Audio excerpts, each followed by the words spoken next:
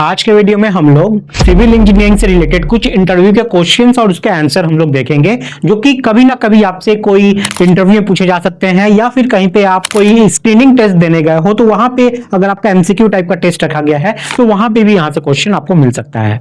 तो बेसिक चीजें हैं लेकिन जानना बहुत ज्यादा जरूरी है। ठीक है, तो वीडियो को अंत तक आप जरूर देखिएगा, बहुत कुछ आपको यहाँ से सीखने को मिलेगा ही। और अगर आप चैनल पे यहाँ पे आज नए आए हुए हैं तो हमारे चैनल को सब्सक्राइब जरूर कर लीजिए, क्योंकि मैं देखता हूं अपने स्टैट्स में कि वीडियो हमारे बहुत कोई देखते हो लेकिन सब्सक्राइब जल्दी कोई नहीं करते हो। इससे आप लोग का ही लॉस होता है और बाद में दूसरे कमेंट में पूछते हो कि सर इस पे वीडियो आपकी नहीं आई हुई है। वीडियो आई होती है, आप सब्सक्राइब नहीं किए रहते हो चैनल को, इसलिए वीडियो आप तक पहुंचती नहीं है। तो चैनल को सब्सक्राइब कर लीजिए ताकि वीडियोस आप तक पहुंचती रहे। चलिए आज का वीडियो शुरू करते हैं। और आप हमसे जुड़ने के लिए व्हाट्सएप और टेलीग्राम ग्रुप जो है मेरा, उसको आप ज्वाइन कर सकते हो, लिंक आपको इस वीडियो के डिस्क्रिप्शन में मिल जाएंगे। चलिए फ्रेंड्स, आज का वीडियो शुरू करते हैं। मैं हूं सिविल इंजीनियर मुकेश शाह और मैं आपका तहे दिल से स्वागत करता हूं आपके अपने चैनल लर्निंग सिविल टेक्नोलॉजी में।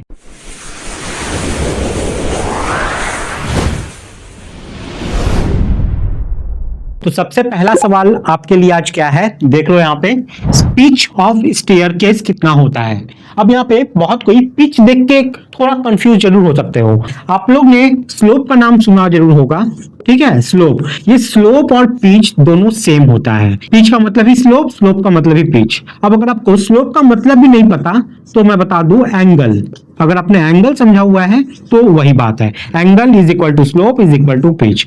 मतलब आपको एंगल पता करना है स्टेयरकेस का कितना होना चाहिए, और मेरी मर्जी से नहीं। आईएस कोड इसको लेकर क्या बोलता है, तो यहाँ पे जो यहाँ पे एंगल स्लोप पिच बोल रही है वो एक्चुअली में कौन सा एंगल, कौन सा पिच, कौन सा स्लोप बोल रहा है वो देखो। तो मान लो ये आपका एक सीढ़ी है, ये स्टेयर का स्टेप्स हो गया, ये तो आप लोग जानते ही हो, ठीक है। ये स्टेप हो गया, ये नीचे में क्या है, इसकी वेस्ट स्लैब है, ठीक है। ये वेस्ट स्लैब है और ये वेस्ट स्लैब का ये वाला पार्ट है। अब यहाँ जो आपसे पिच स्लोप ये सब पूछ रहा है, ये क्या पूछ रहा है, जो हॉरिजॉन्टल जमीन है ना जिसपे ये सीढ़ी का लैंडिंग है, ये जो जमीन है जहाँ पे आदमी लोग खड़े रहते हैं, जहाँ पे आदमी लोग खड़े रहते हैं, तो ये जो लैंड है इसके रिस्पेक्ट में सीढ़ी का जो ये वेस्ट स्लैब है, वेस्ट स्लैब ये कितना एंगल बना रहा है। एक्चुअली यही ये पूछना चाह रहा है। क्लियर हो गया, समझ में आ गया, यही पूछना चाह रहा है। तो हमारे यहाँ पे एक आईएस कोड है, कौन सा आईएस कोड, आईएस 456। इस आईएस कोड में बताया गया है कि ये थीटा यानी कि ये एंगल, ये स्लोप, ये पिच कितना होना चाहिए।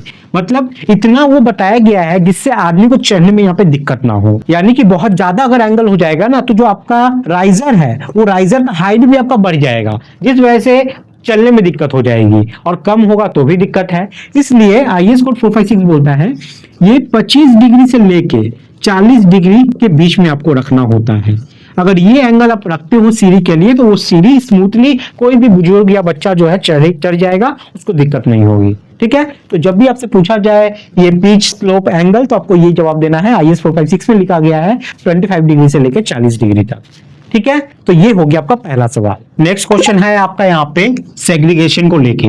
व्हाट इज सेग्रीगेशन, सेग्रीगेशन क्या होता है, ये आपसे अगर इंटरव्यू पूछा जाए तो देखो मैं कुछ टेक्निकल टर्म यहाँ पे नहीं बताऊंगा, मेरा मेन मुद्दा यहाँ पे है आपको समझाना।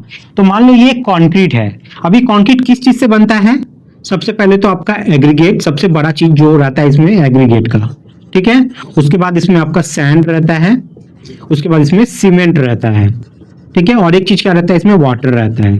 तो सेग्रीगेशन का मतलब क्या है, सेग्रीगेट करना मतलब अलग अलग हो जाना, ये उधर हो जाना, वो उधर हो जाना, वो उधर जाना।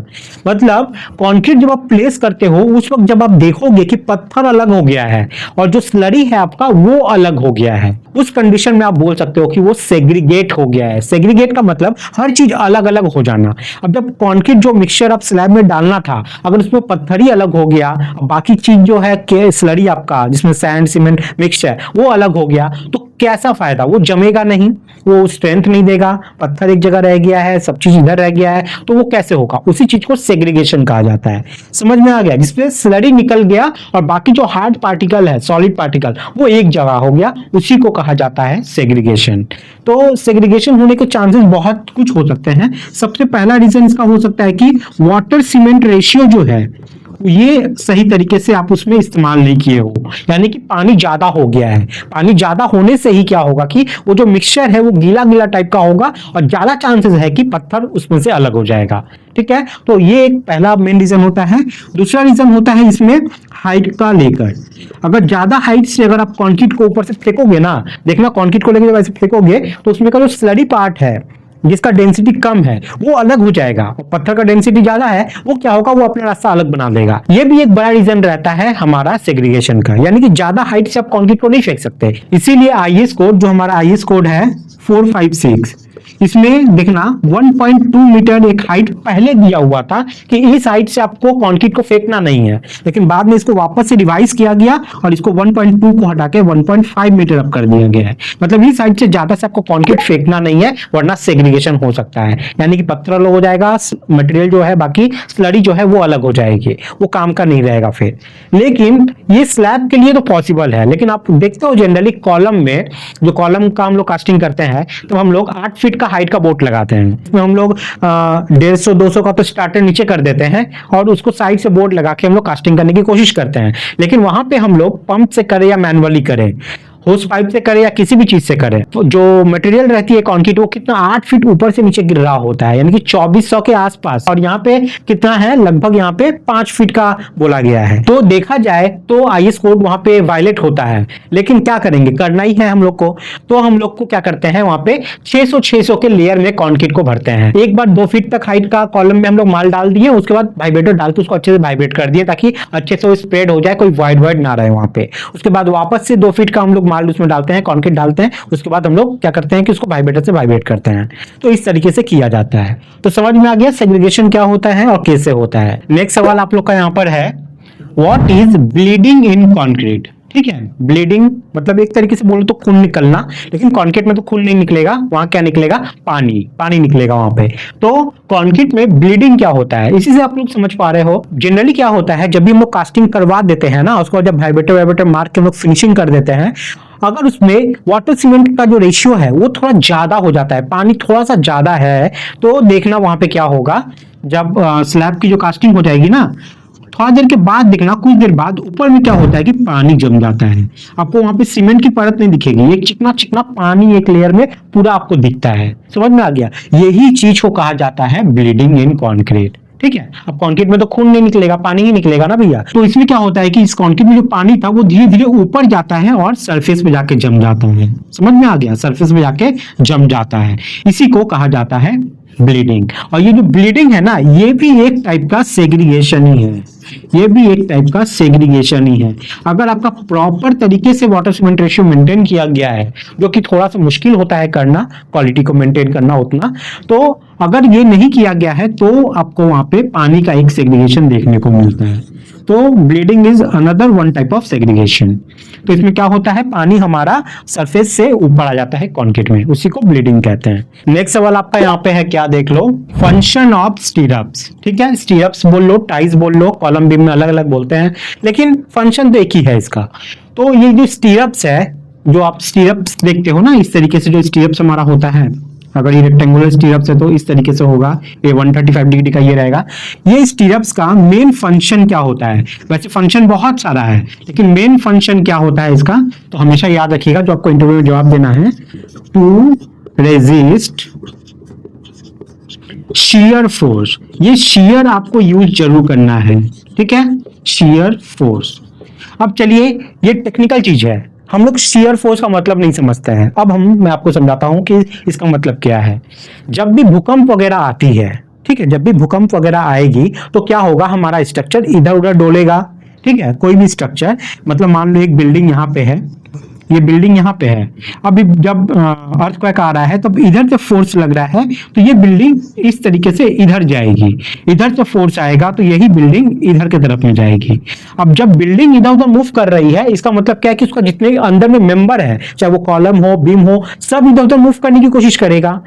अब जब मूव करने की कोशिश करेगा, मान लो ये बीम है हमारा, ये बीम है, जब स्ट्रक्चर मेरा इधर उधर मूव करने की कोशिश करेगा तो इसके अंदर में जो लोहा है ना, मेन लोहा, जो मेन लोहा है मेरा, उसका टेंडेंसी रहेगा कि खुद को निकल के एकदम तोड़ के फाड़ के निकल जाए, तो क्या होगा वहां पे, ये जो स्टीरअप्स है मेरा ना, ये वही चीज करता है, मेन बार को बांध के रखता है। अगर ये नहीं डालोगे तो रेनफोर्समेंट अपने जगह पे नहीं रहेगा और रेनफोर्समेंट का ज्यादा टेंडेंसी रहेगा फेलियर होने का। इसलिए प्रॉपर पोजीशन पे ये जो हमारा स्टीरअप्स है वो रखता है। साथ ही में जो हमारा बीम होता है उसका इफेक्टिव डेप्थ को मेंटेन करने में भी ये बहुत ज्यादा मदद करता है। क्लियर हो गया, ये भी एक बहुत बड़ा रीजन है। तो शियर फोर्स मतलब अर्थक्वेक की वजह से जो फोर्स आ रहा है जिसकी वजह से क्रैक्स हो सकते हैं, शियर क्रैक आ सकता है, उसी क्रैक्स को रोकने के लिए हम लोग ये जो स्टीरअप्स है वो लगाते हैं। तो सबसे पहला फंक्शन तो आपको ये बोलना होगा टू रेजिस्ट शियर फोर्स, और जो हमारा रेनफोर्समेंट है उसको वो प्रॉपर प्लेस पे भी रखता है, उसके लिए भी यूज किया जाता है स्टीरअप्स को। क्लियर हो गया, चलिए नेक्स्ट सवाल की तरफ आगे बढ़ते हैं। नेक्स्ट सवाल है आपका यहाँ पर फंक्शन ऑफ फाउंडेशन। ये सब चीज बहुत बेसिक है लेकिन समझना जरूरी है। फंक्शन ऑफ फाउंडेशन, जो फाउंडेशन हम लोग बिल्डिंग के नीचे प्रोवाइड करते हैं वो क्यों करते हैं। मान लो ये एक बिल्डिंग है आपका, ठीक है, फ्रेम स्ट्रक्चर है, नीचे में आपका यहाँ पे फाउंडेशन रहता है। अब भैया ये फाउंडेशन नहीं देंगे तो क्या हो जाएगा, ठीक है। इस फाउंडेशन का जो सबसे बड़ा फंक्शन रहता है ना, वो यहाँ पे काउंटर वेट की तरह काम करता है। समझ में आ गया, काउंटर वेट की तरह ये एक्ट करता है। Counter wait, counter wait, counter wait का मतलब क्या है, देखो मैं बताता हूं आपको, अभी बताऊंगा और एक एग्जांपल देके समझाऊंगा। और एक चीज यहाँ पे इसका फंक्शन क्या है, ये स्टेबलाइज द स्ट्रक्चर, ये स्टेबल करता है आपके स्ट्रक्चर को, यानी कि to increase the stability of structure, to increase the stability of structure, stability of structure. समझ में आ गया, मैं बताता हूं। अब एक चीज देखिए, आप क्रेन देखे होंगे, जेसीबी देखे होंगे, ठीक है। ये सब चीज में क्या है ना, जो क्रेन होती है या फिर जो पोकलैंड होता है, आपने देखा होगा, एक्सकेवेटर वगैरह ये सब चीज देखा होगा ना, तो इसमें क्या होता है कि देखिएगा एक वेट होता होगा, जरूर एक वेट होता है, ठीक है। यहाँ पे ऐसे वेट है, इस पे क्या है कि आपका वो ड्राइवर बैठा हुआ रहता है और यहाँ पे ऐसे उसका बकेट जो हैंड रहता है वो रहता है, बूम वगैरह। तो ये जब इसका तो खुद का वेट है, ये जब इधर उधर मूव करेगा, लेकिन फिर भी ये गाड़ी जो है ये उलटती नहीं है। क्यों नहीं उलटती है, क्योंकि यहाँ पे काउंटर वेट, एक ऐसा वेट रखा रहता है जिस वजह से ये खुद को बैलेंस करता है और इधर उधर घूमने पे भी ये गिरता नहीं है। वैसे ही हमारे बिल्डिंग के लिए भी ये जो फाउंडेशन है ये काउंटर वेट का काम करता है और ये मदद करता है आपके बिल्डिंग को स्टेबल करने के लिए। एक भारी चीज से अगर नीचे बांध दोगे, मतलब मान लो एक ईटा है, ब्रिक है, ठीक है, एक ब्रिक में एक धागा लगा के यहाँ पे बलून लगा दो, बलून कितना भी इधर उधर जाए कुछ नहीं होगा, क्योंकि नीचे में एक वजन रखा हुआ है। ये वजन की वजह से इसको कुछ भी असर नहीं पड़ेगा, वही होता है ये। तो ये हमारे बिल्डिंग को स्टेबल कर देता है एक जगह पे। समझ में आ गया, एक वेट नीचे ऐसा है खींच के कि हमारे बिल्डिंग को इधर उधर गिरने में नहीं देगा। लेकिन ये फाउंडेशन कितना डेप्थ पे होगा, कितना चौड़ा होगा, इसके लिए आपको डिसाइड करना पड़ता है, एनालिसिस करना पड़ता है कि हमारे बिल्डिंग का हाइट कितना है। वो हाइट पे वो डिपेंड करेगा कि वो कितना ज्यादा चौड़ा फैलेगा, किस टाइप का फाउंडेशन होगा, कितना डीप फाउंडेशन होगा, साथ ही में वहां पे सॉइल का नेचर क्या है, इन सब पे डिपेंड करेगा वो फाउंडेशन जो है वो किस तरीके का बनने वाला है। तो इस तरीके से ये डिसाइड होता है। तो क्या फंक्शन हुआ हमारे फाउंडेशन का, to increase the stability of structure. कोई भी स्ट्रक्चर का जो स्टेबिलिटी है वो उसको बढ़ा देता है ये फाउंडेशन। अगर ये फाउंडेशन नहीं दोगे तो बिल्डिंग गिर भी सकती है, वो स्टेबल नहीं रहेगा, जब भी अर्थक्वेक आएगा तो फेल 100% करना ही करना है। समझ में आ गया। तो ये कुछ इंपॉर्टेंट पॉइंट्स थे कुछ इंटरव्यू के, उम्मीद करते हैं आप लोग को जरूर पसंद आया होगा और सबसे अलग चीज की आपको आसान भाषा में समझ में आया होगा। अगर आपको समझ में आया है तो वीडियो को एक लाइक जरूर कीजिएगा और चैनल को सब्सक्राइब करते हुए जरूर जाइएगा। इससे क्या होगा कि जब मैं वीडियो लाऊंगा उसका नोटिफिकेशन आपको मिलता रहेगा। मुझसे जुड़ने के लिए टेलीग्राम व्हाट्सएप पे आप जा सकते हैं, लिंक आपको इस वीडियो के डिस्क्रिप्शन में मिल जाएगा। मिलते हैं गाइस अगली वीडियो में, तब तक के लिए बाय टाटा जय हिंद।